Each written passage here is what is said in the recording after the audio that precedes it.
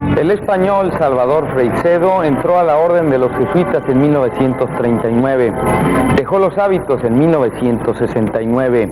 Desde entonces se ha dedicado a escribir y a reflexionar profundamente sobre el cristianismo. Él piensa que el cristianismo es un mito más y se pregunta, respondiendo, ¿por qué agoniza el cristianismo? Hoy en Foro recibimos a Salvador Freixedo. Gracias por estar con nosotros. Pues, encantado de estar con ustedes, porque hacía tiempo que yo quería estar aquí en Monterrey, por unas cuantas razones que sería muy largo de decir, pero tenía específica gana de estar en Monterrey. Qué bueno, nos platica detalles después de repasar su semblanza. Gabriela Narváez nos da detalles de la vida de Salvador Freixedo. Salvador Freixedo nació en la ciudad de Galicia, España, en 1923. Comenzó a residir en el continente americano desde 1947 y se ordenó como sacerdote en 1953 en Santander. Hizo estudios de humanidades en Salamanca, de filosofía en la Universidad de Santander, de teología en el Alma College de San Francisco, California, de ascética en el Mont Laurier de Quebec, Canadá, de psicología en la Universidad de Los Ángeles, California, y en la Fordham University de Nueva York. Aparte de enseñar historia de la Iglesia en el Seminario Interdiocesano de Santo Domingo, fundó el Movimiento de la Juventud Obrera Cristiana en San Juan de Puerto Rico y fue viceasesor nacional del mismo en La Habana, Cuba. Fundó también el Instituto Mexicano de Estudios del Fenómeno Paranormal y presidió el primer Gran Congreso Internacional. Ha actuado como ponente invitado en numerosos congresos, tanto en Europa como en América y Asia. Además es autor de 40 casos de injusticia social, Mi Iglesia duerme, Extraterrestres y religión, mitos religiosos en las relaciones humanas, parapsicología y religión, visionarios místicos y contactos extraterrestres, Israel, pueblo contacto, curanderismo y curaciones por la fe, defendámonos de los dioses y diccionario sulfúrico. Libros polémicos que le han valido expulsiones, censuras y hasta la cárcel. Salvador, entonces usted estuvo 30 años en la orden de los jesuitas, en 1969 deja los hábitos. ¿Cómo estuvo eso? No es que dejara los hábitos, fue el general, el que llaman el Papa Negro, Pedro Arrupe, que era amigo mío, habíamos estado hablando en Roma, pues se formó tal polémica con el libro mío que se llama Mi Iglesia duerme, un libro escrito desde dentro de la Iglesia y con amor a la Iglesia. Se formó tal polémica que el cardenal de San Juan le escribía y decía, este hombre que no se calla, y por otro lado los obispos me seguían presionando a mí. Total, que el general de los jesuitas me dijo, mira, vamos a respetar nosotros tu libertad a que tú digas lo que quieras, porque Arrupe era muy buena gente. Y por otro lado, no nos metas en problemas a nosotros, vamos a dividir nuestros caminos y tú quedas libre. Y eso así fue, yo redacté el documento en que me separaba de los jesuitas. Y quedé libre ya. Después de 30 años me encontré pues nada, con un cheque de $100 que me dio el superior de San Juan de Puerto Rico y que yo se lo devolví, ¿verdad? Y dije, bueno, vamos a nadar. Y aquí estamos tan tranquilos. Nunca se deja de ser sacerdote, ¿no? Según la teología, no se deja nunca, porque hay dos sacramentos que son el bautismo y el orden sacerdotal que no se pueden repetir, que imprimen carácter, como dicen los teólogos. Los demás sí se pueden repetir. De modo que, según dicen ahora los que están horrorizados, pues yo seré sacerdote hasta en el infierno. Pero como no hay infierno, pues no hay problema, se queda uno tan tranquilo. ¿Cómo que no hay infierno? No, hombre, eso es una de las cosas terribles que tiene el cristianismo en cuanto a enjuiciar el más allá. Es de las peores religiones que hay, porque eso, el infierno del cristianismo es terrible, es aterrador. Y yo aprovecho aquí una ocasión para quitarle el miedo a la gente. Esos infiernos de más allá y fuegos y por ahí son calumnias que no levantaba Dios, los teólogos. ¿Entiendes? Un Dios que nos dicen que es Padre no puede tener semejante tortura. Eso es un absurdo en el cual yo creí mucho tiempo, porque yo fui un fanatiquito durante muchos años, nací en eso y tardé 40 años en sacudirme eso y en rebelarme contra semejantes absurdeces, de modo que yo en este caso estoy defendiendo la bondad de Dios. Dios no tiene infiernos. Bueno, podremos estar de acuerdo en que no hay infierno tal y como se le concibe a la gente en las llamas y torturada de esa manera tan tan concreta, ¿no? Así... Sí, con fuego y un demonio metiéndote pinchazos. Pero el infierno existe de otra manera, es la ausencia de Dios, como el cielo es la gloria de Dios, disfrutar de la gloria de Dios. Y el Dios purificante es el purgatorio, ¿no? Bueno, el purgatorio es, como dicen, algunos países dicen el purgatorio, ¿verdad? Porque en lugar de pulgas.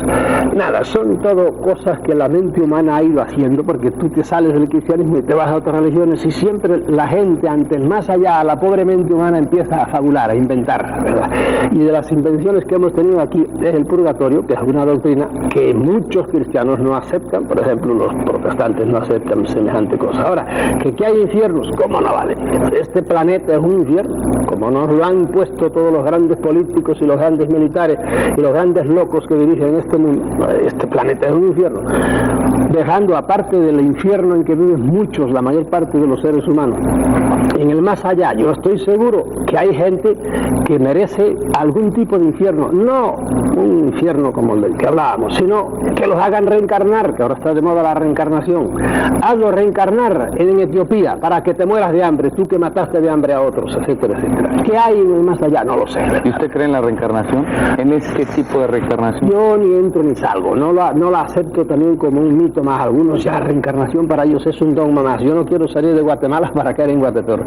Yo sí digo que hay gente que merecen reencarnar. ¿Por qué? Por imbéciles, porque han sido unos perfectos abusadores y desgraciados y sinvergüenzas en este mundo. Hazlo reencarnar en un barrio donde todo el mundo tenga que trabajar, levantarse a las 5 de la mañana, o en una nación donde, o en una raza donde te den leña para que veas, si es que traes memoria de lo que fuiste antes, para que veas lo que es la vida. Pero no sé si hay reencarnación o no hay. No me opongo a ella tampoco. Salvador, platíquenos del momento ese trascendental, angustioso, o esos años que se viven cuando empiezan las dudas y pretende uno dejar el sacerdocio como usted lo hizo. Bueno, sí, fue terrible. Yo adelgacé no sé cuántos kilos, más que nada porque los periodistas no te dejaban ni a sol ni a sombra. La salida mía fue en Puerto Rico a propósito de mi libro, que ya no era mi primer libro, que se llamaba A mí me echó Batista de Cuba, por otro libro, no Fidel Castro, sino Batista, por un libro que se llamaba 40 casos de injusticia social, y lo subtitulé Examen de conciencia para cristianos distraídos. Y por ese libro Batista, que era muy listo, le dijo a mis superiores, miren, mejor que se vaya, y me invitó a salir, y me fui. Entonces de ahí me mandaron a Puerto Rico, y ahí al cabo de unos años escribí. Yo tenía un puesto importante en todas las diócesis, trabajaba con los obreros, con la juventud obrera, y escribí Mi Iglesia Duerme, un libro de meditación para monjas piadosas. Vaya, hoy día no pienso así ya, he ido evolucionando. ¿No piensa que haya monjas piadosas?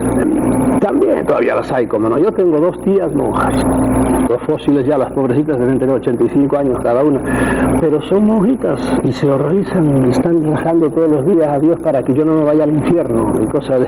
Pero lo dice así, monjitas, como sí, se dice, no, mira, hay muchas mujeres, como las pobrecitas, no es despectivo, yo no las pobrecitas han seguido un impulso que es sincero, ¿verdad? Y han entregado su vida a Dios, no saben, y más allá les van a premiar de alguna manera, pero no saben que muchas de estas entregas pues son entregas inútiles. A muchas monjas, por ejemplo, a las que me estén oyendo, le digo, usted es de familia pobre, casi seguro, y a lo mejor, no sé aquí en México, pero se ha dedicado a educar a los hijos de los ricos. Digo, y los suyos, y los pobres suyos, los han dejado porque muchas órdenes femeninas se han dedicado a tener colegios, por lo menos en Europa así es, a educar a la gente que tiene plata, porque son una minoría las que se dedican a educar a las clases pobres. Pero bueno, dejando el tema ese, estábamos en que sí, fue terrible aquello, y a mí no es que me viniera una rebelión repentina, no, poco a poco yo veía que una cosa se decía, otra cosa se hacía, que el cristianismo que yo, burgués, porque yo nací en una familia burguesa, mi abuelo era un hombre rico, y cuando me metieron a trabajar con los pobres, ¿verdad? Pues empecé a ver que había el cristianismo de esta gente tenía que ser diferente, empecé a revolverme, y una cosa era lo que la teoría y otra cosa era lo que el cardenal de San Juan de Puerto Rico practicaba. Y entonces no era cardenal, era solo arzobispo, al cual yo había conocido de párroco, de modo que sabía su vida y milagros. Y alguna vez me quiso acogotar. Y yo le dije, mire, monseñor, a mí me trata usted con respeto y no dejo que me trate como trató al padre fulano de tal, al cual mató a disgustos. Y a mí no me trata usted así. Si quiere hablarme, no me hable con un vaso en la mano. Era una fiesta de mi ex santo patrón Ignacio de Loyola, y me empezó a decir cosas. Dije, me llama a su despacho y ahí hablamos de hombre a hombre, pero aquí no. Y le di la vuelta y me fui. Y claro, ahí empezó ya el choque. Y llegó un día en que maduró todo eso, y en una semana yo le dicté a una grabadora, le dicté el libro Porque agoniza, le dicté el libro Mi iglesia duerme, y se formó ya todo. Es un libro bueno, es un libro que ya te digo, hoy día no estoy de acuerdo con muchas cosas de las que digo ahí. ¿Se sigue pensando que la iglesia duerme? No, ahora ya ronca, ¿entiendes? Ahora es peor, porque ya ves que después de ese libro he escrito Porque agoniza, que ya no duerme, está agonizante. Está agonizante, eso es un hecho. Ahora, después en el último libro, que precisamente tienes ahí encima, el cristianismo, un mito más. Es decir, tú analizas el credo cristiano, el dogma cristiano, y dices, pero ¿cómo es posible que se pueda creer esto y esto y esto? Aun teólogos de primera, por ejemplo, como Hans Küng, que vive y es uno de los grandes teólogos de la Iglesia, tiene un libro que se titula así, El Infalible, refiriéndose al Papa. ¿Cómo es posible que, por ejemplo, se pueda defender la infalibilidad del Papa, o de quien quiera que sea, pero en concreto del Papa, cuando uno conoce la historia de la Iglesia? Y allí en el libro, precisamente, Mi iglesia duerme, yo doy una lista como de 12 papas en que han dicho cosas que el que vino detrás tuvo que rehacer lo que había dicho el otro, ¿verdad? Y claro, los teólogos siempre tienen explicación para todo. Los teólogos son de los que donde digo, no digo, que digo, Diego, y es un lío. Y cuando te encuentras con la Sagrada Escritura, por ejemplo, párrafos que no hay manera de tragarlos, los exégetas, que se llama, es decir, teólogos, diríamos, en el campo eclesiástico, en el campo bíblico, saben explicarlo todo, absolutamente. Pero uno tiene también cabeza para, sin los miedos sacros, sin miedo al infierno, digo, no, esto es así, esto me dice mi razón y con esto me quedo, mi punto. Le veo 2 anillos en las manos, uno en cada mano, y uno es una argolla matrimonial. Sí, una argolla matrimonial, me casé hace 4 años. Los obispos querían que yo me hubiera casado inmediatamente de salir, pero tardé más de 10 años o 12 años, o no sé cuánto. Porque mi cosa no era por andar detrás de ninguna mujer ni nada de eso, sino que yo sencillamente no creía las cosas en las que estaba metido, y por eso tranquilamente me fui. Y no era mi triste eso, total, pero ahora sí tiene hijos, ¿tiene familia? No, uy, ya estoy yo. No podría yo, soy un hombre muy dinámico además, y a estas alturas, ¿no? Por eso hace falta tener juventud y tener más reposo y más paciencia. ¿Y por qué querían que se casara luego? Porque así podían decir, ven, era uno más de los que lo que querían era pues casarse y tenía algo por dentro, por ahí. Y yo lo sé porque sí estaban un poco nerviosos conmigo, porque yo he seguido machacando las ideas. Quizá si le preguntara a un sacerdote, no me responda, aunque usted para la Iglesia seguirá siendo sacerdote, es decir, teológicamente sigue siendo sacerdote. Sí, sacerdote. Pero bueno, ya está hablando muy claro sobre su visión del mundo, ¿no? Y de la religión también. Y quizá un sacerdote no me lo responda. Quizá también alarme un poco la pregunta, pero muchos se la hacen y yo la tengo que hacer aquí. Un sacerdote con el celibato dentro de la Iglesia Católica, ¿cómo maneja mentalmente, sentimentalmente, esa atracción que hay del hombre a la mujer? Pues muchos no la manejan. Mira, la Iglesia, el que conoce un poco, el problema es que la mayor parte de la gente no lee, no conoce, creen que nacieron ahora y que todo el mundo nació ahora. Si conocieran un poco de historia de la Iglesia, verían que este fenómeno de la lucha que hay por el celibato es eterno. Los apóstoles, llenos de tentaciones. Por supuesto, los apóstoles todos eran casados, menos uno. Todos eran casados y todos tenían descendencia. Todos conocían lo que es el otro sexo. Bien, primera cosa. A lo largo de la Iglesia Ha habido concilio tras concilio remachando celibato, que se fue apretando, no creas, al principio no era así. Se fue apretando la cosa y ¿eso qué te dice? Pues que no, que la cosa nunca ha estado claro. Mira, hay sitios como en Hungría, en ciertas regiones de Hungría, siempre el sacerdote, aún después de haber profesado la castidad y todo eso, ellos tienen su mujer. Y lo sabe todo el mundo y lo acepta. Gran parte del mundo cristiano, tan cristianos como nosotros, el mundo oriental de los griegos y rusos, ortodoxos, cristianos, amadores de Cristo y de la Virgen María, pues esa gente, a los sacerdotes le dicen, si se quiere casar, cásese ahora, antes de ordenarse, ¿verdad? ¿Por qué? Porque después ya no se va a casar. Y entonces lo hacen todos así, bien, escogen, se casan y luego se ordenan. Escogen a los obispos entre los que no están casados. Es una tradición ya que viene desde el tiempo de los apóstoles, de modo que ha habido parte del cristianismo que siempre ha aceptado el matrimonio del sacerdote. Aquí en el cristianismo occidental, los católicos no. El Papa, desgraciadamente, porque este es un Papa que camina para adelante mirando para atrás, es muy conservador en sus ideas, aunque viaje mucho, etcétera, acaba de dar una encíclica sobre la castidad y remachando, porque, como te digo, es muy conservador, remachando la cosa. Eso es fatal para la Santa Madre Iglesia hoy día, dado como es ya el mundo de la televisión, se le meten las mujeres en casa al sacerdote por muy tranquilo que es, y una de dos, o cierra el televisor, o si no, yo no sé cómo pueden vivir.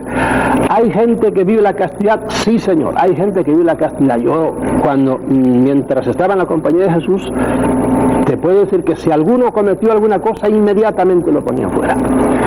¿Usted fue casto mientras estuvo? Sí, yo puedo decirte que yo viví castamente los años, porque además no tenía ocasión, yo trabajaba intensamente en lo mío. Me empecé a darme cuenta después, cuando estaba dentro todavía, ya dejé de ser estudiante. No te olvides que yo, desde que entré en el noviciado hasta que me dieron el visto bueno, pasaron 16 años encerrado, trabajando, formándome, 16 años en una carrera un poco larga.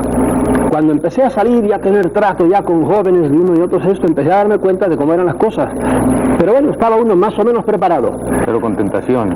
Natural, si uno es natural y está sexuado, ¿verdad? Pues las tentaciones son... Hay gente que se mete en la boca del león, ¿verdad? Y entonces es natural. Eso le pasa mucho a los pobres sacerdotes que viven solitarios, sin una gran preparación, en pueblos y donde las mujeres se les meten debajo casi. Entonces es natural, bueno, y por eso pasa lo que pasa. 40.000 casos en que hay, vaya, medio trampa.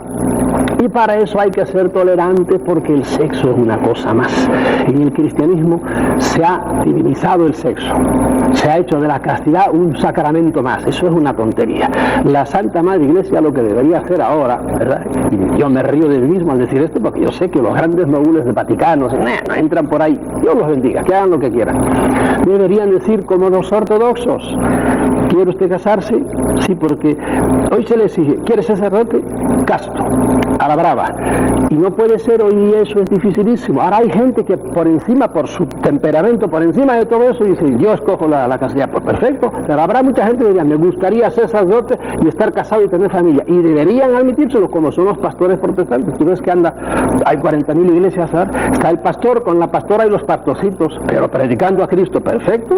Y así lo van a hacer mucho más naturalmente. Pero un pobre hombre, él solo, recibiendo a mujeres solo en su casa, porque las pobres vienen a pedir consejo, porque el marido les dio una paliza, por lo que sea, y vienen al sacerdote, y esta muy bien, y la otra muy bien, pero a lo mejor a la número 14, pues hay el flechazo y pasa lo que pasa.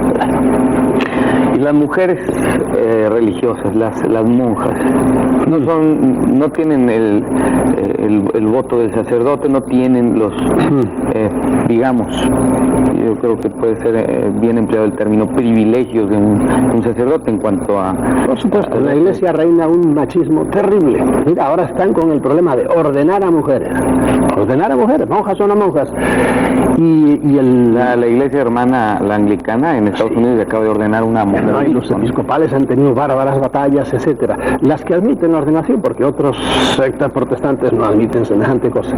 Pues bien, los sacerdotes, digo, la iglesia católica, aunque quiera, no puede.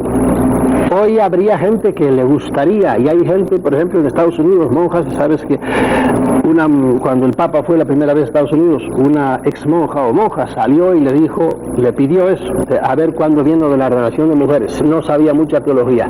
Hoy día, aunque quiera, el Papa no puede porque está amarrado ya. La Iglesia ha hablado infaliblemente, demasiado. Y ahora cuando quiere echarse para atrás no puede. Bueno, el mismo Cristo fue machista. Entonces, desde ese punto de vista, sí, señor. 12 apóstoles, hombres, ¿por qué no había una mujer entre sus 12? En aquellos tiempos no cambiaba. Tenía una Magdalena, con la cual hay ahora se ha escrito mucho sobre la Magdalena y las relaciones de Cristo con la Magdalena, etcétera. Me lavo las manos de todo eso, ¿eh? ¿Se los cree? Ni fu ni fa, a medias. Hay argumentos muy interesantes. Ni sacados del mismo por el miedo a declarar algo. No, en absoluto, no, porque no le doy demasiada importancia a eso. Por mí, si Cristo se hubiera casado, me quedo tan tranquilo, absolutamente. Porque yo al sexo no le doy la importancia que se le ha dado a otro, que le han dado en la Iglesia, que creen que por ejemplo, si uno tiene algún desliz en el sexo, ya se acaba el mundo. ¿Qué va? Pero eso no es una cosa tan natural como el comer. Bueno, además él instituyó dentro de la Iglesia de esta manera el matrimonio, ¿no? Pero como ya estaba de todas formas entre los judíos. Cristo, ni el matrimonio es algo que lo ves en los animales y lo ves el yin y el yang en el cosmos entero, ¿verdad? Bueno, es la relación de pareja, pero ya el matrimonio como institución dentro de la Iglesia. En otras religiones también es una cosa sagrada, en otras en cambio varía un poco, etcétera. Eso son cosas que lo hacemos supervalorado y hemos hecho de ellas que son verdaderos monstruos.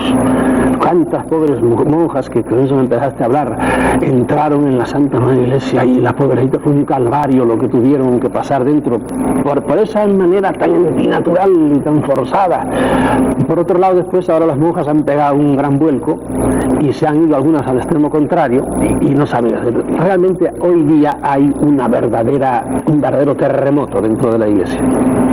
¿Lo admitir o no? Cuando habla de la Iglesia dice nuestra la Santa Madre Iglesia. Y luego al inicio me decía, con amor a mi Iglesia. O sea, que usted hacía todo esto con amor a su Iglesia. ¿Sigue siendo su Iglesia? ¿Usted sigue siendo católico? No, hoy depende. Si a mí, no católico, ni siquiera cristiano. Me preguntas, ¿usted es cristiano? Digo, depende de lo que usted entienda con el término. No solo eso, vamos a ir más atrás. ¿Usted cree en Dios? Depende de lo que usted entiende por Dios. El Dios cristiano, Dios de la Biblia, Dios que nos han predicado, ese Dios, yo a ese Dios le digo con todo respeto, bórrame de la lista de tus hijos. ¿Por qué? Porque me voy a la Biblia, que es lo que hay que leer, y leo la Biblia, digo, pero ¿y esto? ¿Qué le hiciste a los amorreos? ¿Qué le hiciste a los jebuseos? ¿Qué le hiciste a los mayanitas? Los destripaba, pueblos con los cuales se encontraba en su avanzar por el desierto, diríamos, en la tierra prometida, los israelitas, y se encontraba con el pueblo A, el pueblo B, y los destripaba. Digo, pero tú no eres Dios de esta gente, todos estos palestinos, y entonces ¿cómo los tratas tan mal? Es que es mi pueblo. Digo, pues la verdad que no eres muy justo, pero aún su pueblo, el pueblo prometido, ¿verdad? El pueblo escogido, el pueblo israelita. Históricamente hay pocos pueblos que hayan sido tan apaleados como el pueblo escogido. Entonces yo le digo, mira Dios, si me vas a escoger a mí, no me escojas, escoge a otro, porque si me vas a defender como defendiste a tu pueblo, acaban conmigo. Por lo tanto, ya ves, ¿usted cree en Dios? En ese Dios yo no creo. Yo tengo otra idea de Dios, diferente, que la explico precisamente en el libro ¿Por qué agoniza el cristianismo?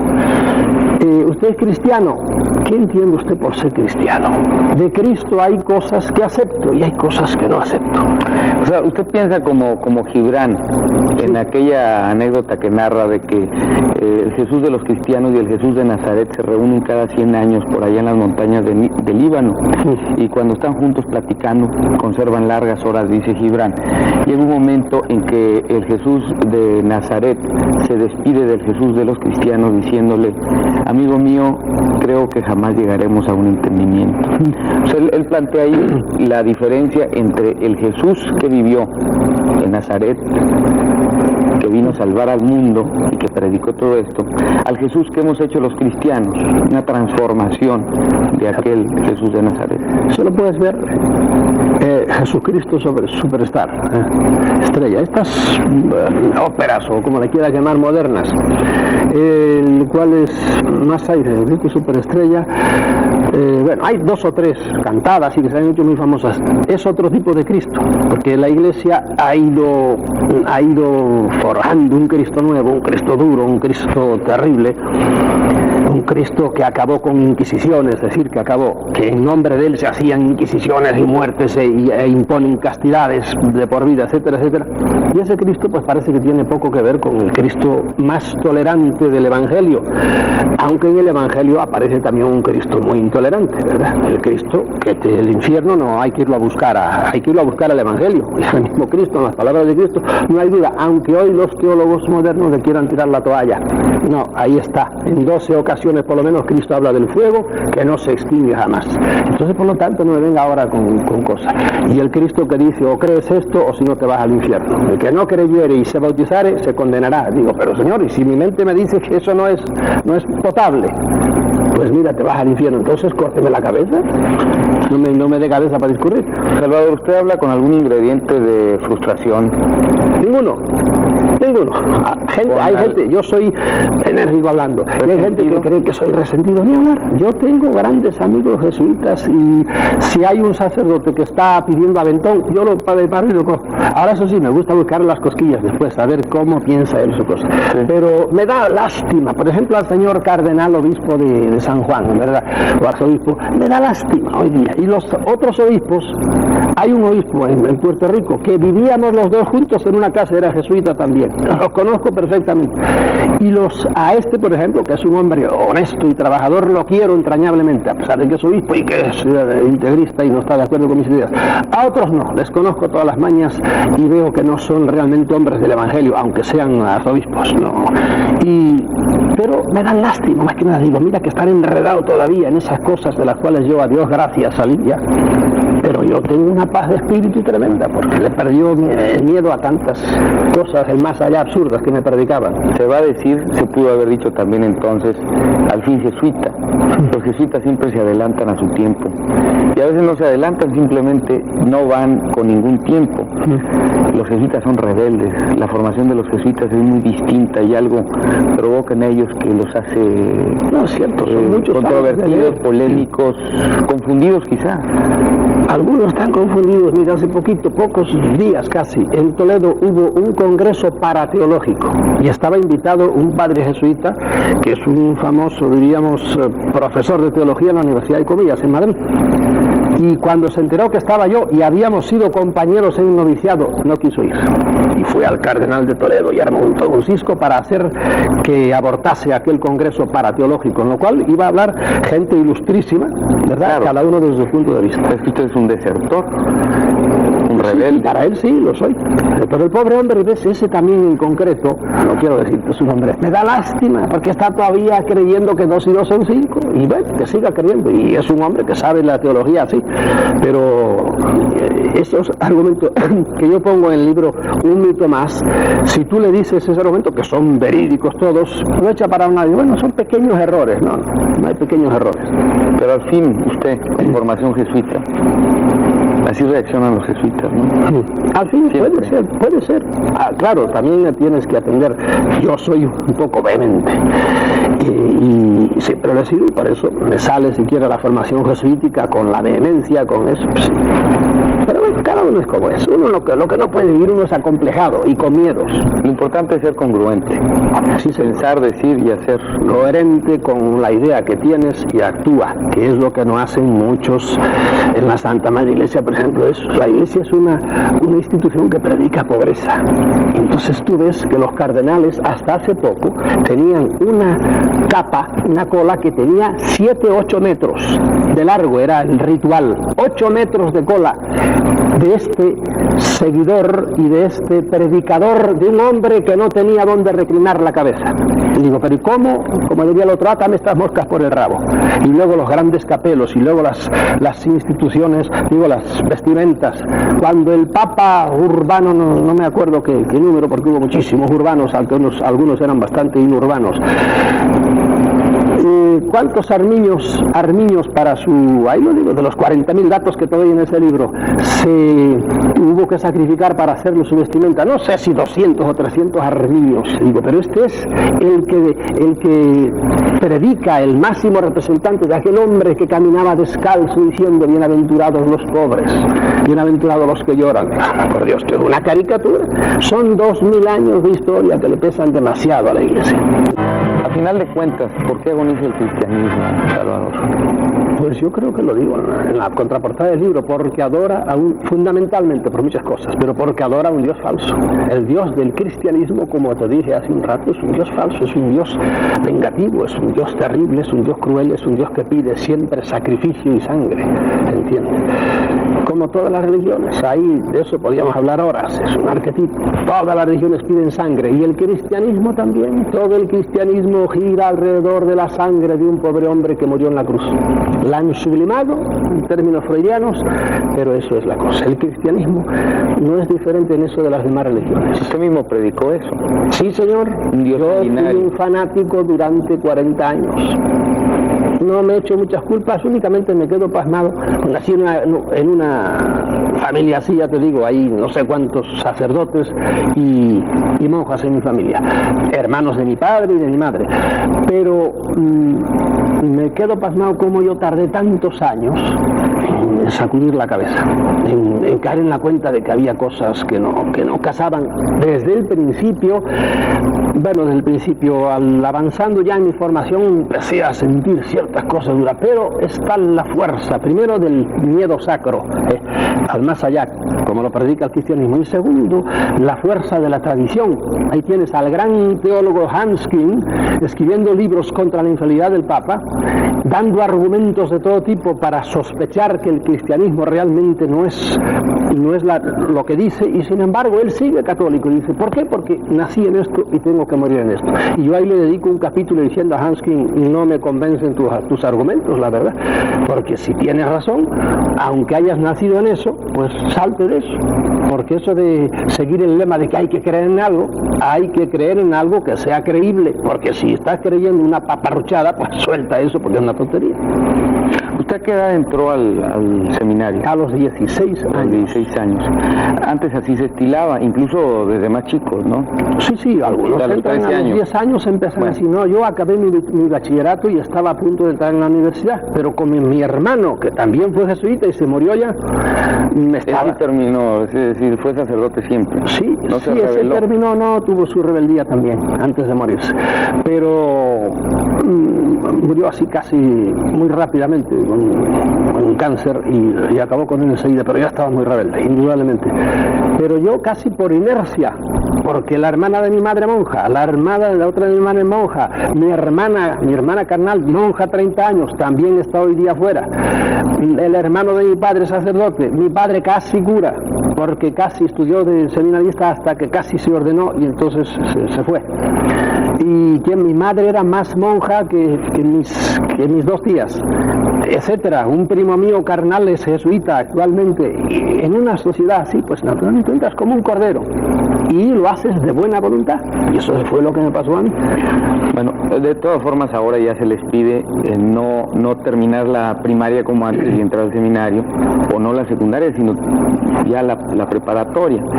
Entran más grandes, con un poco más de madurez.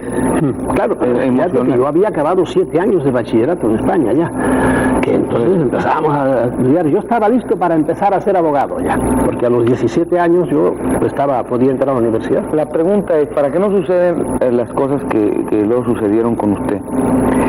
Es decir, entrar a un mundo que después de años de reflexión lo va a transformar totalmente.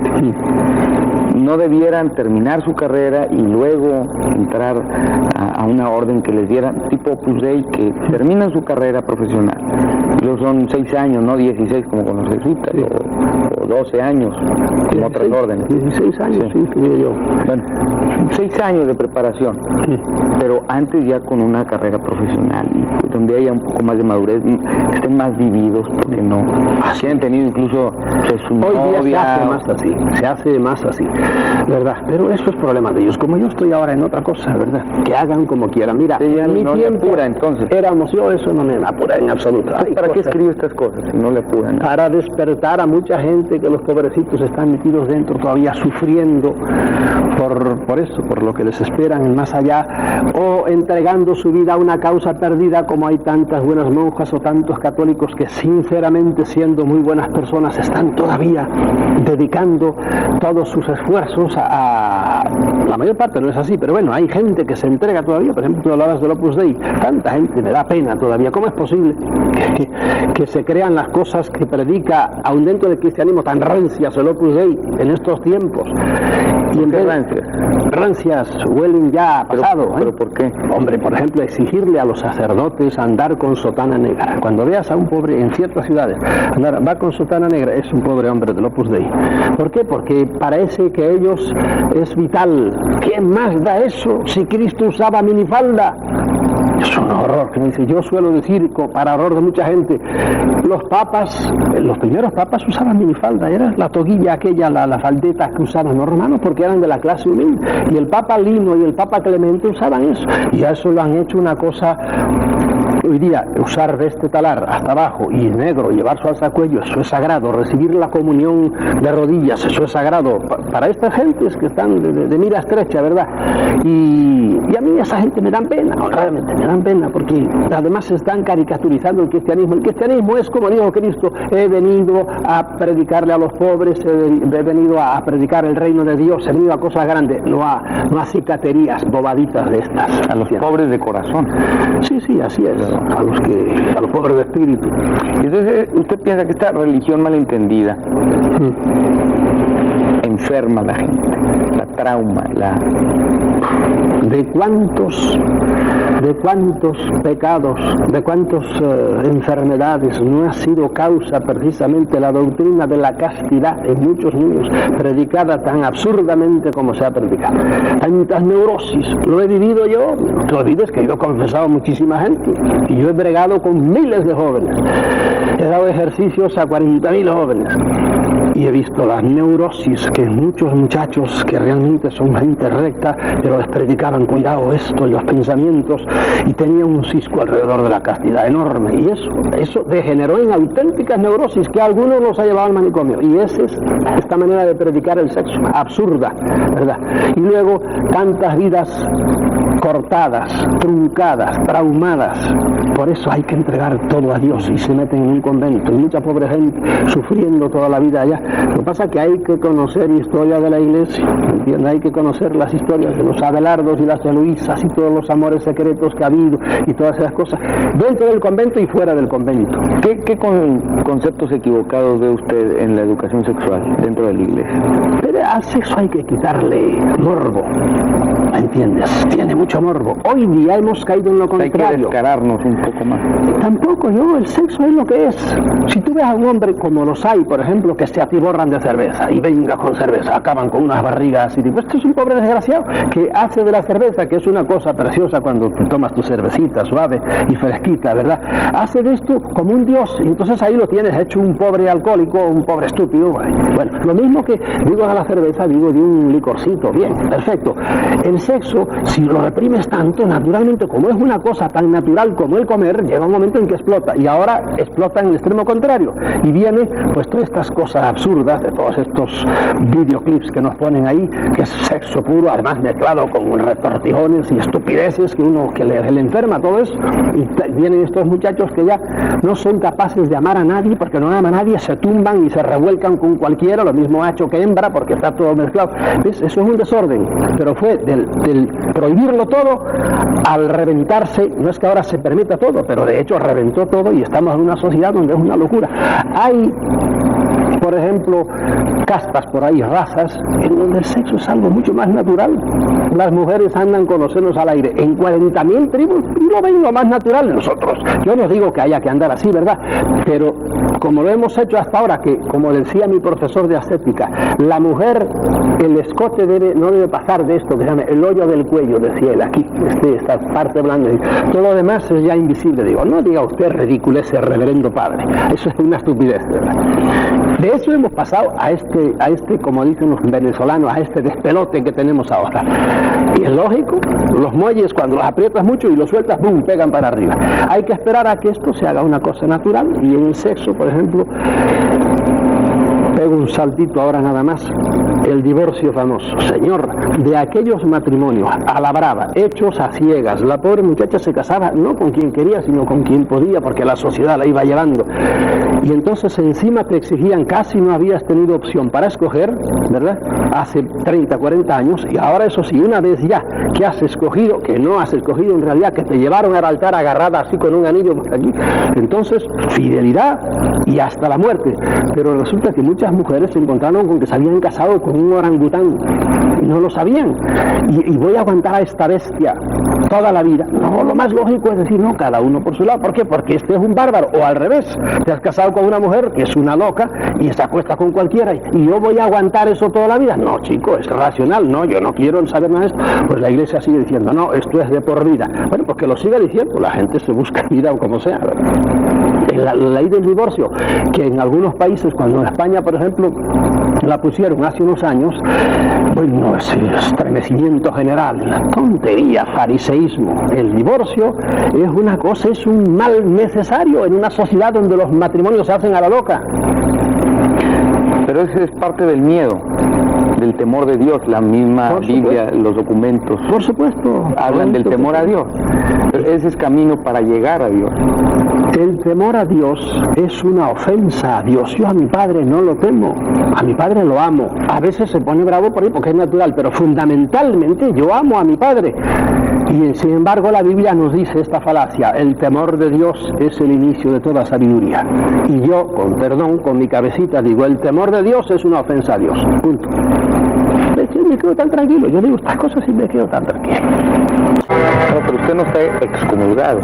No, yo el hecho de retirarse, luego casarse. Suspendido, que es lo que le hacen a los muchachos cuando no estudian. Suspendido es decir, igual que por ejemplo, aquí no sé si usar el término bárbaro de desbarrar a un abogado. Es decir, que no le permiten ejercer por cosas que ha hecho en varios países, se llama así. Yo estoy suspendido, no me permiten ejercer. Ahora, si yo digo misa, mi misa es ilícita pero válida.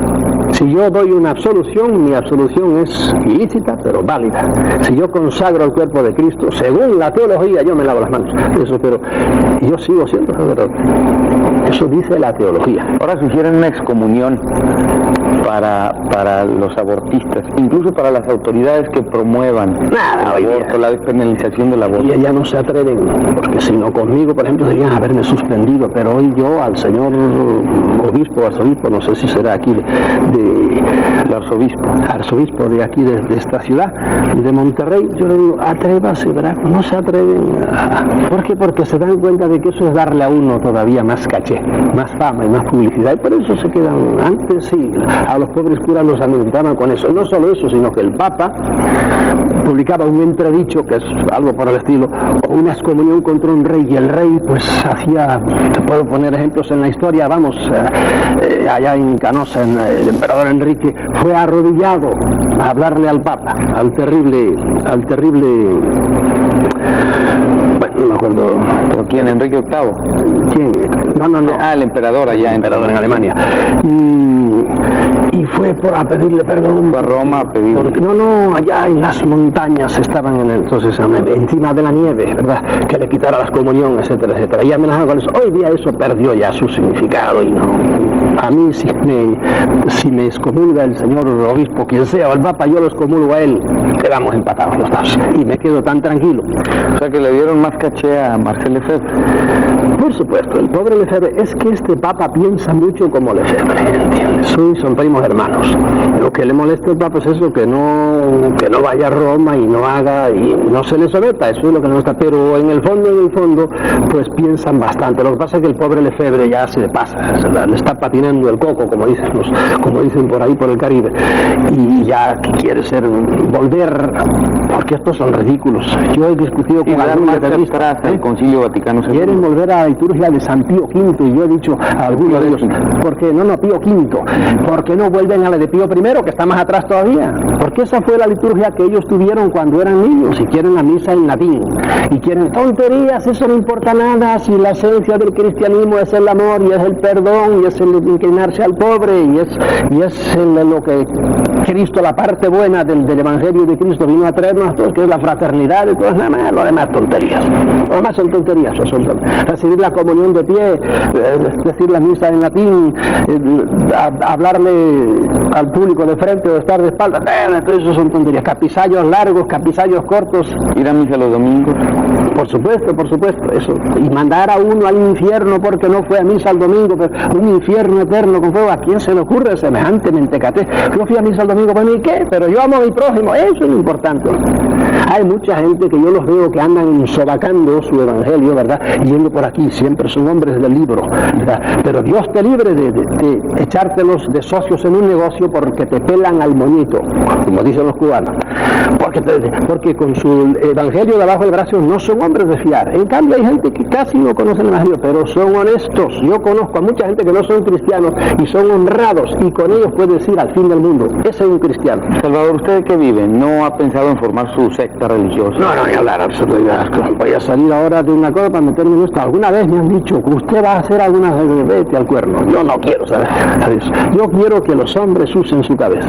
El hombre es hombre porque es racional. El pecado de mucha gente culta, se llama culta, de mucha gente de dinero, de mucha gente preparada, es que no usan su cabeza y lo único que hacen es atracarse precisamente de eso, de esa cajita que tienen ustedes ahí, por la que me están viendo, la televisión, y se atracan de televisión y de deportes y de show, y en cambio no se sientan a pensar realmente qué es la vida. No se rebelan, por ejemplo, contra situaciones en que vivimos hoy día, presión, políticas, económicas, religiosas, no piensan, ¿verdad? Hay que pensar, eso es lo que yo predico, pensar. El hombre tiene que usar su cabeza, y si no la usa, esos son de los que van a reencarnar, como te dije antes, otra vez al planeta. ¿Por qué? Porque no ha pensado usted, no ha evolucionado, venimos a evolucionar, no ha evolucionado, por lo tanto vuelva para atrás y evolucione. ¿Y de qué vive? Yo vivo de milagro, ¿me entiendes? ¿Del milagro de Dios? Sí, Dios está en todas partes. ¿De qué vivo ahora? Pues mira, tuve suerte que tuve una madre y un padre que me dejaron algo de dinero, poquita cosa, y mal administrado, porque yo soy horrendo para las finanzas. Menos mal que tuve la hermana mía que fue monja, a tiempo lo poquito que me quedaba, lo agarró ella y me lo administró mientras yo andaba moviendo, ella me movía. Los libros dan muy poco dinero, pero poquísimo. A mí he tenido mucha suerte porque no te olvides que yo llevo más de una docena de libros y se venden los libros. Lo que pasa es que la mayor parte tengo que hacer una excepción ahora con la editorial Posada, que ciertamente se está portando bien conmigo, pero yo he tenido grandes editores que me han hecho unos atracos horribles. Me han robado todo lo que han querido, porque yo siempre, el dinero para mí ha sido secundario. A mí me basta con vivir al día y estar tranquilo y se acabó. Capital, no tengo capital ninguno, pero vivo al día. Soy millonario en amigos, porque yo te digo que puedo ir a 20 ciudades y tengo siempre casas de amigos que me invitan y que están contentos con que yo esté y me pase con ellos una semana o así. De eso hablo. Y hablando también, a veces hay mucha gente que hoy día empiezan a pagar bastante bien cuando uno habla, pero hasta he hablado miles de veces, pero como lo oyes miles de veces y jamás cobro un centavo. Salvador, hace un momento le preguntaba de la excomunión a los promotores del aborto. ¿Usted qué piensa del aborto? Ya con esa visión distinta. Es un tema duro de pelar, el aborto. Mira, al cerrarse en banda, infantilmente, como hacen hoy día la predicación oficial de la iglesia, aborto no, pero señor, oiga usted primero las circunstancias del aborto. ¿Qué haría usted, le diría yo al señor obispo, al moralista número 1 aquí de la ciudad de Monterrey? ¿Qué haría usted con una muchacha a la cual la han llevado a la fuerza, la han violado, un sinvergüenza, y ahí la tiene usted ahora, pues que dé a luz? No, esa muchacha, el cuerpo de ella es suyo, y no tiene por qué darle cabida la vida y darle, sobre todo, ser la madre de un fruto que tiene dentro, que se lo han metido a la fuerza, por lo tanto tiene todo el derecho de ir para afuera. Y empiezan ellos a defender, olvidándose de la pobre madre, empiezan a defender al niño. Y dicen, señor, ese niño es un embrión que tiene, no sé, una cuarta de pulgada, no, tiene milímetros, ¿verdad? Y está defendiendo, atienda a la madre, hay un derecho contra el otro derecho. Ahora, la Iglesia siempre ha querido que enseguida viene Dios y crea un alma, eso es todo un mito también, y lo hace para este hombre, y hay una persona total, no hay tal niego. Es más, hoy día, si se mete uno a oír lo que dicen los conocedores de esto, sin estar prejuiciados, que están todos los grandes biólogos y todos los grandes especialistas en ginecología y por ahí, se dicen, eso está muy lejos de ser como nos dice la Iglesia, que ya hay una persona entera, etcétera, etcétera. De modo que en un caso como ese, ya les digo a la Iglesia, mire, no pueden cerrarse sin más ni más. En un caso como ese, yo por cierto le digo a la niña, aborta. Otra cosa es el tiempo que lleve. Otra cosa es cuando me dicen, mira, el niño ya puede vivir, está dentro, está a los 7 meses. Digo, hombre, ahora piénsalo, ya es una cosa más de pensar, porque ciertamente ahí yo a ese niño sí le doy cierto tipo de personalidad. No hago lo que hace la Iglesia, que se olvida siempre de la madre. La Iglesia siempre atiende al crío. Está bien, tiene sus derechos, pero más derechos tiene la madre, una persona totalmente hecha, ¿verdad? En un caso en que van a hacer, yo les diría, no, se te pasó Es algo así, perdóname si me voy del tema, como el que está usando una propiedad que no es suya. La ley, me imagino que la ley de aquí en todas partes, hay un término que dice, ya prescribió este derecho, porque hace 20 años que estoy metido en esta finca, nadie me ha dicho nada, y ahora viene usted, no, mira, la ley me dice que a los 12 años esto ya es mío.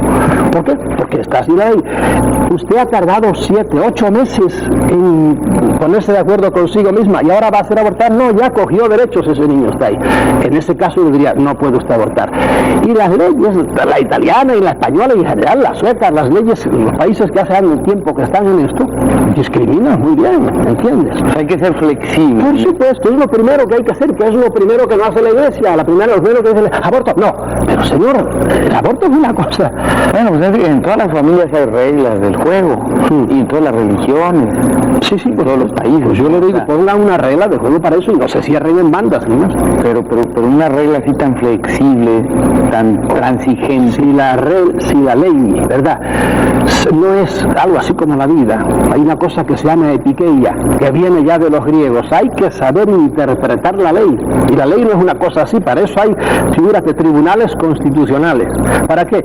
Pues para que hay un tribunal que la Constitución dice esto, sí, pero este lo interpreta así y este lo interpreta así, y hay que ir a un tribunal tercero. Y en general todas las leyes admiten su interpretación. En este caso, es lo primero que no hay ley. Hay la ley de no matarás, ¿verdad? Y la Iglesia no ha matado. Vamos, la Iglesia ha matado, tiene cadáveres en sus entrañas por miles, porque ha hecho guerra para defender. Hay guerras justas, decían los teólogos antiguos. Ah, sí, ¿y dónde está el precepto? No matarás. Ahí se lo interpretan. Bueno, pues aquí estamos en lo mismo. El aborto, no matarás. ¿Usted se basa en eso? Bueno, pues vamos a interpretarlo, como hizo usted para sus guerras, porque hasta hace poquito, mira, Pío Nono fue el que lo hizo. Defendió a cañonazo limpio el Vaticano y todos los territorios. Y vino Garibaldi y vino la moderna Italia y tuvieron que tumbarle a cañonazo limpio las murallas del Vaticano porque lo defendían. Y no matarás, seguía estando ahí, no matarás, pero el que se ponía delante de una bala de un cañón del Vaticano acababa. Y de los santos, los pueblos latinoamericanos sobre todo son muy, bueno, en España sucede, muy santeros. A veces le restamos importancia a Cristo, ¿no? o al Dios mismo, al Dios Padre, ¿no? No, en la Iglesia ha habido mucho de eso. Entonces se van por el lado de la Virgen, son muchas, o por los santos. Y usted también lo hizo, ¿no? Dejado, sí, por supuesto. Bueno, yo siempre me di cuenta de que el centro en la Iglesia tiene de ser Cristo. Y lo que hemos hecho con la Virgen ha sido también, hay una inflación virgínea, que es lo que indigna a los protestantes, ¿verdad? Contra nosotros, los católicos, y contra los ortodoxos. Los ortodoxos son más devotos todavía de la Virgen que nosotros, o por lo menos tanto. Y eso realmente es un sacar fuera las cosas, sacar fuera de quicio. y no digamos nada, en América pues está toda sembrada de santos. Fue una de las cosas que más me gustaba a mí, conocer lo que se llama hagiografía, vidas de santos. Ha habido gente eminente, pero indudablemente la personalidad de los santos en la iglesia, de los tan diversos santos, es interesantísima. Hay santos que eran psicóticos totales, pero con diploma de psicóticos, y por eso llegaron a la santidad. Hay santos en cambio que eran más dulces, tenían más sentido común, etcétera. Un San Juan Bosco, por poner un ejemplo, un santo agradable, simpático, al cual le pasaron cosas que yo me gustaría que me las explicaran los teólogos desde su punto de vista. Por ejemplo, San Juan Bosco una vez venía de decir misa y se encontró con que a la puerta de la iglesia, de la sacristía, ya entraba de vuelta con su copón, etcétera, y a la puerta estaba su madre sonriente esperándolo. Y él dejó aquello y le dio un abrazo a su madre, pero su madre, mi querido Gilberto, se había muerto hacía no sé cuánto tiempo, como que allí había una muerta. Entonces ahí entra el espiritismo, realmente pueden volver los espíritus o no, porque y él le dio un abrazo a su madre según se leen las biografías. Y yo digo, bueno, explíquenme esto, ¿cómo es esto? Esto no casa. Pero bueno, eso por ponerte un ejemplo de las curiosísimas cosas que se pueden encontrar en las vidas de los santos, que yo me conozco bastante bien porque las leía muchísimo, desde los antiquísimos hasta el Padre Pío de la Pietrelcina, con sus llagas y los estigmatizados, que ha habido muchísimos dentro y fuera de la iglesia, etcétera, etcétera. Parte del folclore eclesiástico. ¿Usted mira algún santo en particular ahora? Su santo fue por jesuita, sí, el patrono de los jesuitas. Ignacio de Loyola es uno de los grandes místicos, tremendo, pero como era militar, era recio y organizó la orden. Todo lo contrario que San Francisco. San Francisco era una orden que él llegaba a un sitio y le decían, hermano Francisco, ¿cuántos frailes son? Pero yo no tenía ni idea. Somos 1000, en aquellos tiempos había unos conventos, somos 500, alabado sea Dios. Si Ignacio sabía de memoria cuántos había y cómo se llamaba cada uno, porque era un militar organizado. Por otro lado, pues sí, lo hizo demasiado rígido, ¿verdad? Que tiene su parte positiva y su parte negativa. Pero hay santos que me caen bien, sobre todo los santos que eran de todo corazón. Benito José del Abre, que no conoce nadie, el santo mendigo. El cura de Arce era un tipo curioso, era estrictísimo, cocinaba su arroz al domingo y le duraba en un saco medio podrido ya hasta el otro domingo. Él metía la mano y así estaba de flaco el pobre hombre. Pero de eso a empezar a desvariar la mente no hay más que un paso, ¿entiendes? Decía que San Ignacio era muy rígido y que eso tiene sus pros y sus contras. ¿Cuáles son esas ventajas y desventajas? Pues la en ser estricto con una... La organización, llevar a la orden como la llevó, que hizo inmediatamente crecer la orden de los jesuitas y la puso al frente, diríamos, con sus pugilatos entre una orden y otra, sobre todo con los dominicos, pero indudablemente los jesuitas han sido siempre la vanguardia de la iglesia, precisamente por esa organización que han tenido férrea. Pero por otro lado, esa organización es algo demasiado, sobre todo para el que está dentro, porque él dice una frase típica de él: tienes que hacerte como el bastón de un hombre viejo, que el hombre viejo lo usa y le sirve para todo. Y tiene otra comparación, algo así como si fuera un pañuelo que te estruje. No, y el hombre tiene que tener su personalidad, hay que respetarle un poco, pero no somos robots, no somos un término muy eclesiástico. En el derecho canónico en general se le llama el pastor y las ovejas, señor. Que hay una diferencia tremenda. Yo no quiero ser oveja de nadie, déjenme ser carnero por lo menos, para investir un poco, para defenderme un poco. Y la iglesia ha tratado siempre pues a sus fieles como ovejas, le llama a los simples fieles, con más de simples que de fieles. No, yo tampoco admito esto. Los protestantes son los que más repasan la Biblia, las Escrituras. El católico casi no la conoce. O sea, salvo un grupo, bueno, son los más, iba a decir fanáticos, pero no va a ser que ofende el término, los más dedicados, los más metidos en la religión. Pero el resto de los católicos casi ni conoce la Biblia. El protestante da citas y todo, ¿no? Y usted hace un momento me quedé pensando, cuando hablábamos del temor de Dios, contradecía lo que dicen las Escrituras. Bueno, son las Escrituras palabra de Dios o invento de los hombres. Bueno, hay capítulos enteros en ese libro que es la Biblia, palabra de Dios o invento de los hombres. Y cuando te metes a leer la Biblia, a conocer la Biblia, pues te encuentras con que racionalmente hay 40.000 cosas que no se pueden admitir en la Biblia, pero 40.000 cosas. Es un libro muy largo, la Biblia. Además que la gente está dentro del cristianismo, tú acabas de decir, unos ni saben lo que es la Biblia, es un pecado de los católicos, y los protestantes se han hecho comedores de Biblia, se han hecho adoradores de la Biblia, y aquí lo dicen, sobre todo los fundamentalistas, que es al pie de la letra. Si vas a coger al pie de la letra la Biblia, te encontrarás con terribles disparates, como a propósito de la creación del mundo y a propósito de 40.000 cosas, ¿verdad? Desde el punto de vista de la sociología, de la medicina, etcétera, hay muchos horrores que la gente desconoce. Por ejemplo, hay una frase en el Eclesiástico que es: muélele los lomos a tu hijo, es decir, dale buenas palizas antes de que se te haga ya como un potro indomable. Digo, oiga, eso lo oye cualquier pedagogo, pero dice, qué barbaridad. Bueno, pues es palabra de Dios, también tontería. Le achacan a Dios cosas que gente pensaba, les hablaban. La Biblia, hay más de 100 autores ahí, ¿verdad? Además, ¿cómo ha llegado la Biblia a nosotros? Porque traducciones de traducciones de traducciones. Sí, ese es un tema larguísimo. ¿Hay cosas positivas en la Biblia? Por supuesto que las hay, pero la gente no se da cuenta de que cada religión tiene su Biblia. Y tú no le hables, ya ves lo que está pasando estos días con el escritor ese que habló contra el Corán. No le hables a un maometano mal del Corán, ¿verdad? ¿Por qué? Porque le hacen como a este, que lo sentencian a muerte. El Corán está lleno de disparates, que me perdone el Ayatollah Khomeini. Y vas a los Vedas, y vas al Sendavesta, y vas al Dhammapada, y son las Biblias. ¿Usted está hablando mal de la Iglesia Católica? ¿Quién? Yo. Bueno, pero menos mal que en la Santa Madre Iglesia ya no llegamos a las aberraciones del Ayatollah, que me condenen a muerte. Los señores obispos son una gente muy amable, etcétera, y le mando un saludo desde aquí al señor obispo. De todas formas, es bueno que alguien pertenezca a una religión. Las religiones, o así como usted, a la larga, le han hecho más daño a la humanidad, no a una persona privada. A la humanidad le han hecho mucho más daño a las religiones. Usted está con Marx, es el opio del pueblo. Mando al cuerno a Marx, entera. Yo, no me hagas entrar en el tema de la sociología, que me encanta. Pero el marxismo practicado, hemos visto que está fracasando tremendamente. Y empezó a fracasar rápidamente. Que hay puntos verdaderos de más, claro que la dice verdades de puño, pero a la larga no ha aterrizado bien.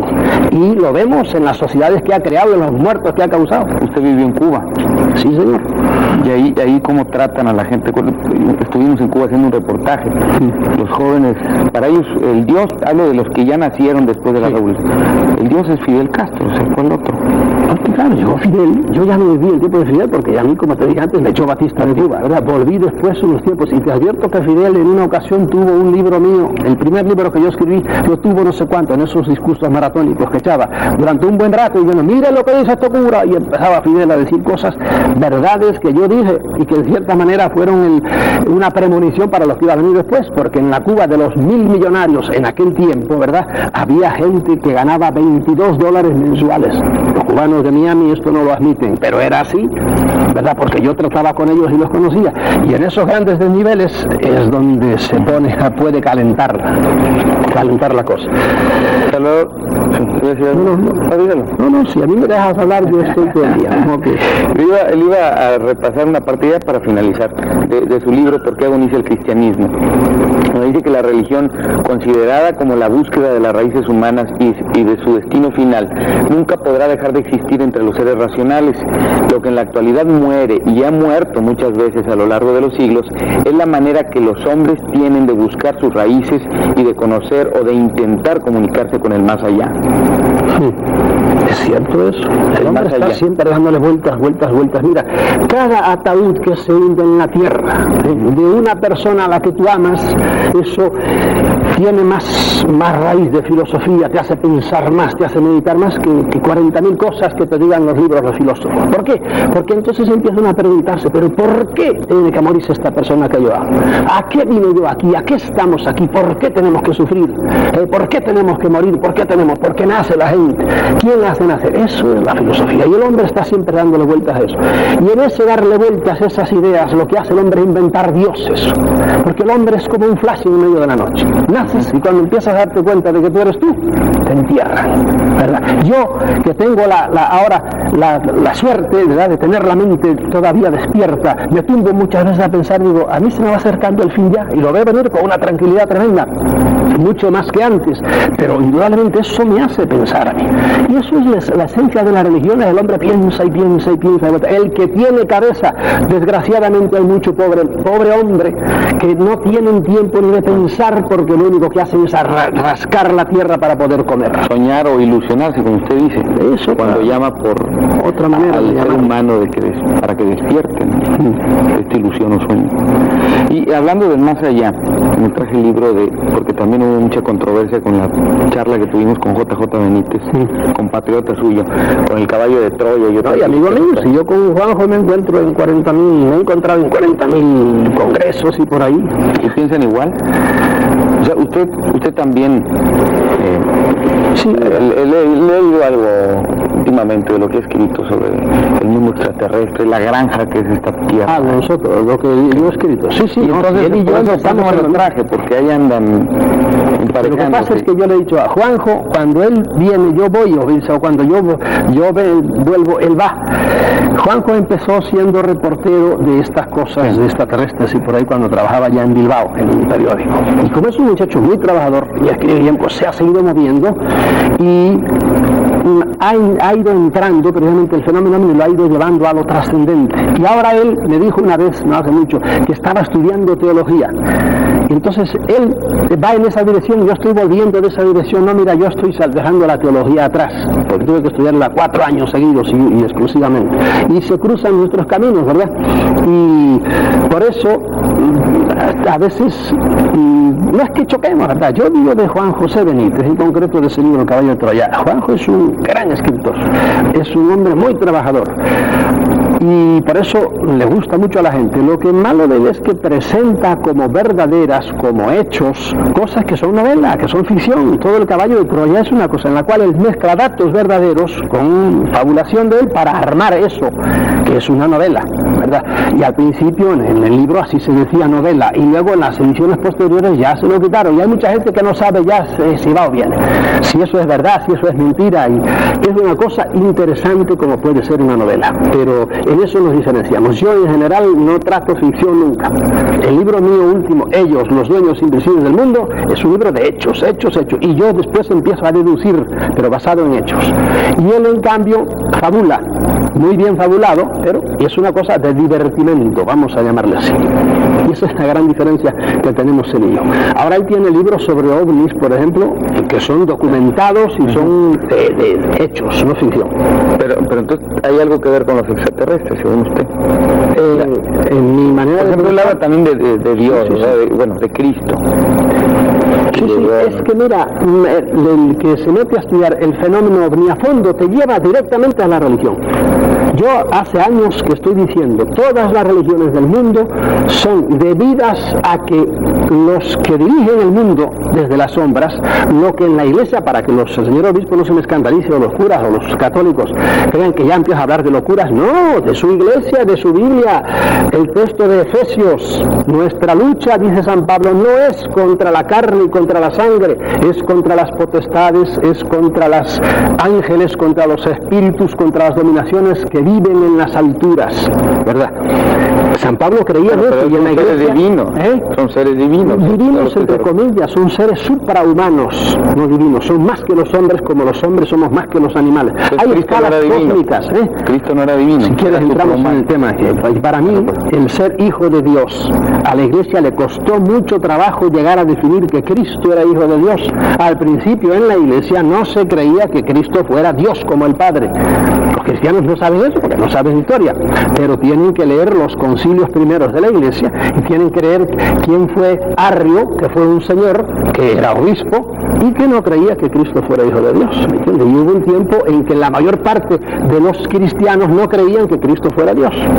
Igual que la Trinidad tardó 5 siglos en hacerse la doctrina de la Trinidad.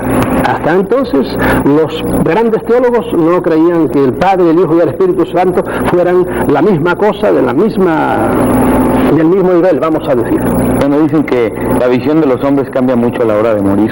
Por supuesto, y a medida, si evolucionan, a medida que avanzan en la vida, un niño no cree igual de la vida de su padre cuando tiene 10 años que cuando tiene 40 años. ¿Usted piensa ver a Dios?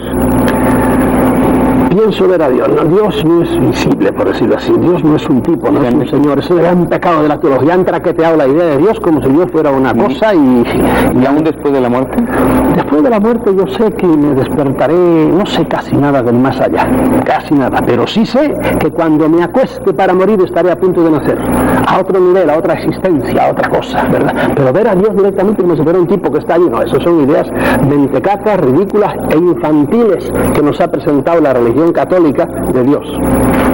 Muchas gracias a Salvador Freixedo por estar con nosotros y comentarnos estas cosas, su verdad. Sí, sí. Bueno, seguramente mucha gente no estará de acuerdo con lo que... Y estoy contentísimo si alguien dice, no, pues no está usando su cabeza, que eso sí, que no me manden a la hoguera ni nada de eso.